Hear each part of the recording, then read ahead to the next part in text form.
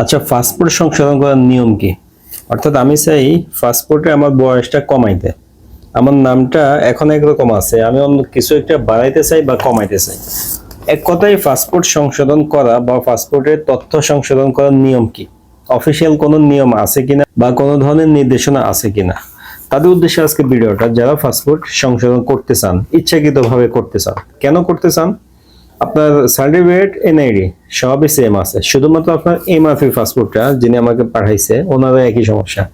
MRP পাসপোর্টে আপনার তথ্যে একটু এদিক সেদিক আছে। এখন আপনি চান যে আপনার সার্টিফিকেট এবং কি এনআইডির সাথে এই পাসপোর্টটা মিল করতে, তা আপনি কিভাবে করতে পারবেন? এই ব্যাপারে সার্কুলার আছে পাসপোর্ট অধিদপ্তর থেকে, স্বরাষ্ট্র মন্ত্রণালয় থেকে কিন্তু সার্কুলার প্রকাশ করা হয়েছে 2024 সালের সেপ্টেম্বরে। সেখানে বলা হয়েছিল আপনি যদি চান পাসপোর্ট সংশোধন করতে পারবেন, করতে দিবে, তবে শর্ত একটাই, এর জন্য আপনার এনআইডি থাকতে হবে। যদি আপনার এনআইডি থাকে, এনআইডি বলে এনআইডি প্রুফ হিসাবে ব্যবহার করে আপনি চাইলে আপনার পাসপোর্টের তথ্য সংশোধন করতে পারবেন। আশা করি আপনার বিষয়টা বুঝতে পারছেন। এখন তথ্য যে আপনি সংশোধন করবেন, আগে নিজের সাথে নিজে বুঝতে হবে। আমাদেরকে সরকার সুযোগ দিছে বা আমার আবেদনও গ্রহণ করবে, সবই ঠিক আছে, কিন্তু আপনাকে বুঝতে হবে আপনি এখন কোথায় আছেন।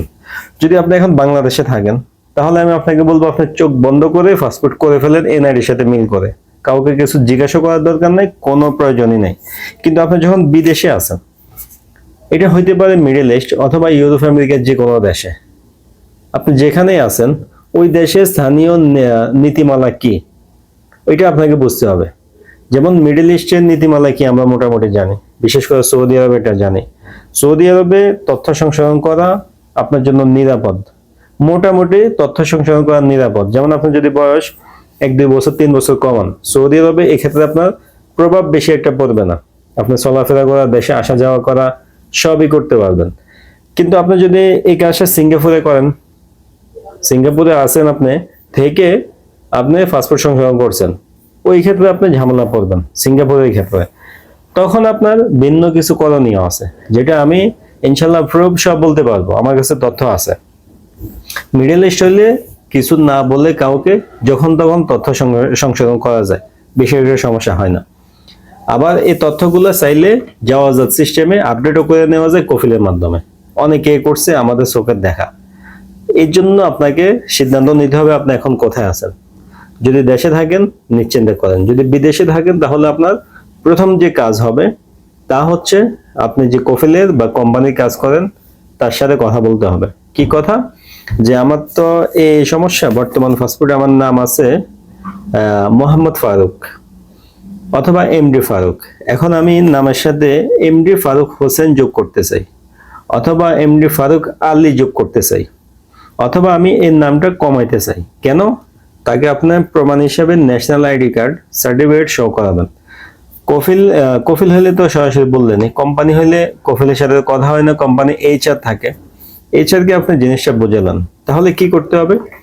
আমি এখন আমার এই তথ্য অনুযায়ী, এনআইডি অনুযায়ী নতুন একটা পাসপোর্ট করব। নতুন একটা পাসপোর্ট করলে পুরাতন পাসপোর্টের সাথে আমার এটা মিল থাকবে না, বাড়তি হবে অথবা কম হবে। তাহলে আপনি যাওয়াজাতে গিয়ে আমার তথ্যগুলো নতুন পাসপোর্টের মতো আপডেট করে দিবেন। সে যদি বলে যে হ্যাঁ এটা আমরা করে দিব, তুমি পাসপোর্ট করো, তাহলে আপনি নিশ্চিন্তে এনআইডির মতো করে পাসপোর্ট করেন, কোনো সমস্যা নেই। এনআইডিতে যদি আপনার বয়স কমও হয় 2-3 বছর, তাও সমস্যা নেই। নামে কোনো ধরনের সংশোধন, তাও সমস্যা নেই। এর আগে অবশ্যই কোম্পানির অনুমতি নিতে হবে। বিদেশের ক্ষেত্রে আপনি যে দেশে থাকেন, আমাদের সরকার সুযোগ দিবে, সরকার আপনার পাসপোর্ট আটকাবে না। আপনি যদি অঙ্গীকারনামা দেন, পাসপোর্ট দিয়ে দিবে। অসংখ্য লোক পাসপোর্ট নিয়েছে, কিন্তু সমস্যা পড়বেন আপনি নিজে কর্মক্ষেত্রে, নিজের ব্যাংক অ্যাকাউন্টে, ড্রাইভিং লাইসেন্সে, বিভিন্ন স্কিল সার্টিফিকেটে, এগুলোর ক্ষেত্রে কি আপনি ঝামেলা পড়বেন। যার কারণে আগে কোম্পানির সাথে কথা বলতে হবে, কথা বলে এরপরে আপনি সংশোধনের কাজটা শুরু করবেন। যদি কোম্পানি বা কফিল বলে যে সমস্যা নাই, আমি যাওয়াজাতে গিয়ে এতটুকু সমস্যা, তো আমি এটা ঠিক করে দিব, এতটুকু যদি আস্থা আপনাকে দেয়, ভরসা দেয়, তখন আপনি এনআইডি তে যেরকম তথ্য আপনার আছে সেম এনআইডি অনুযায়ী আপনি এই পাসপোর্টে অ্যাপ্লাই করবেন। অনলাইনে আবেদন করে আপনি ওইভাবে এনরোলমেন্ট দিবেন, ছবি ফিঙ্গার দিয়ে আসবেন, এবং ফিঙ্গার দেওয়ার সময় তাকে বলবেন, যিনি এনরোলমেন্ট নিবে, ফিঙ্গার নেবে, ওনাকে বলবেন যে স্যার আমার তো আগের পাসপোর্ট আর এনআইডির সাথে এতটুকু পার্থক্য আছে, এখন আমি চাই যে এনআইডি অনুযায়ী আমার এই পাসপোর্টটা হোক।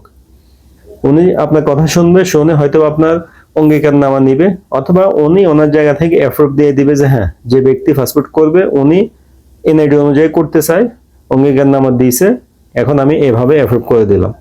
এরপরে আপনার পাসপোর্টে আটকাবে না, এনআইডি অনুযায়ী আপনার পাসপোর্ট এসে যাবে। নাম, বয়স, ঠিকানা, মা বাবার নাম যতটুকু আপনি সংশোধন করতে চান। এই কারণে কোম্পানির সাথে কথা বলা বাধ্যতামূলক, আমার জায়গা থেকে আমি এটা বলতে চাই।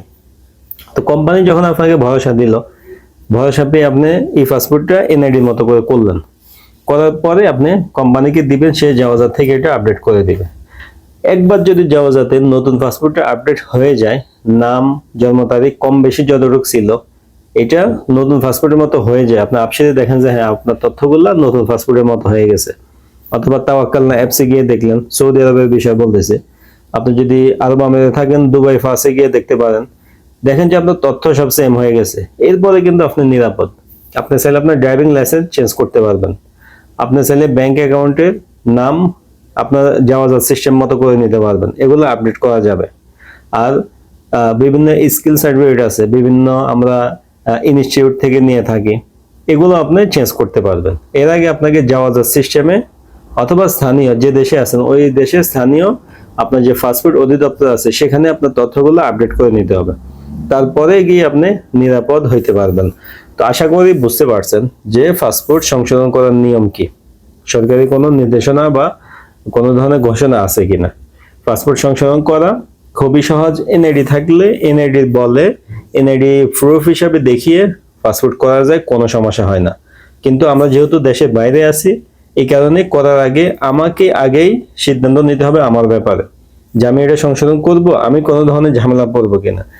আমি আমার মতো পাসপোর্ট করলাম, করে পরে বিপদে বললাম, তখন বললাম যে এম্বাসির দোষ, রাষ্ট্রদূতের দোষ, এগুলো কিন্তু হবে না, এটা করা যাবে না। এই কারণে আগে নিজে বুঝতে হবে। আপনি যদি ভালো বোঝেন সবকিছু, বিভিন্ন তথ্য নিছেন, তাহলে আপনি সংশোধন করেন। কিছুই বুঝেন না, নিজের মন মতো কিছু করবেন, এরকম কিন্তু করা যাবে না। আশা করি আপনারা বিষয়টা বুঝতে পারছেন। পাসপোর্ট সংশোধন করা যায় শুধুমাত্র এনআইডি দিয়ে, নিবন্ধন দিয়ে করা যায় না। নিবন্ধন দিয়ে বা আগের পাসপোর্ট দেখাই করতে পারবেন না, শুধুমাত্র এনআইডি থাকলে এনআইডির মতো অবশ্যই আপনি পাসপোর্ট ঠিক করতে পারবেন, কোনো সমস্যা হবে না। তো পাসপোর্টের ব্যাপারে আরো যদি কোনো তথ্য লাগে আপনারা কমেন্ট করবেন অথবা মেসেজ করবেন, ইনশাল্লাহ আপনাদেরকে সাধ্যমতো রিপ্লাই দিয়ে সাহায্য করার চেষ্টা করব। বিভিন্ন ধরনের প্রশ্ন আসে, বিশেষ করে সংশোধনের বিষয়ে। আমরা সবাইকে একটা কথাই বলি, এনআইডি অনুযায়ী আপনি করতে পারেন। সরকার এই সার্কুলার ঘোষণাই করছে, এই নির্দেশনা দিছে, কেউ চাইলে এনআইডি অনুযায়ী তার পাসপোর্ট করতে পারবে। কিন্তু আপনি তো আর দেশে নাই, দেশে থাকলে তো ভিন্ন কথা। দেশের বাইরে যেহেতু আছেন, যেখানে আছেন ওই দেশের স্থানীয় নিয়ম শৃঙ্খলা বুঝে আইন কানুন কি, এরপরে আপনার পাসপোর্টটা সংশোধন করা উচিত। আমার জায়গা থেকে আমি এটাই বলতে পারি। যেমন আমি কাতার, আবুধাবি অর্থাৎ আরব আমিরাত, সৌদি, বাহরাইন, এই কয়েক দেশের পাসপোর্টের কাজ করছে। আর এই কয়েক দেশের নিয়মও সেমই, কাছাকাছি নিয়মে। সৌদি জাওয়াজাত আছে, কাতার জাওয়াজাত আছে, আপনার তথ্য জাওয়াজাত সিস্টেমে আপডেট করাই আছে। যখন আপনি প্রথমবার বিদেশে আসলেন, ফিঙ্গার দিলেন, এখন পাসপোর্ট নতুন করে করলে তথ্য তো কিছু চেঞ্জ হবে, এটা আপনি তো করতেছেন। তো এটা সমাধান হইলো স্পন্সরের মাধ্যমে অথবা কোম্পানির এইচআর এর সাথে কথা বলে আগেই জিনিসটা ক্লিয়ার করা। ওনারা যদি বলে যে হ্যাঁ আপনার এটা আমরা ঠিক করে দিব, আপনি করেন, সেক্ষেত্রে আপনি করতে পারেন, কোনো সমস্যা নাই। কারো কোনো বাধা নাই, আমাদের সরকারও বাধা দিবে না, কেউ দিবে না। এনআইডি থাকলে এনআইডি অনুযায়ী আপনাকে এই পাসপোর্ট দিয়ে দিবে। সবগুলা বিষয় মাথায় রেখে এরপরে সিদ্ধান্ত নেবেন। ভিডিও ভালো লাগলে লাইক দিয়ে দিবেন, ভিডিওটা বন্ধুদের সাথে শেয়ার করবেন। আরো আপডেট পাওয়ার জন্য চ্যানেলে সাবস্ক্রাইব করে রাখবেন। দেখা হবে নতুন ভিডিওতে। আজকে এই পর্যন্ত, আল্লাহ হাফেজ।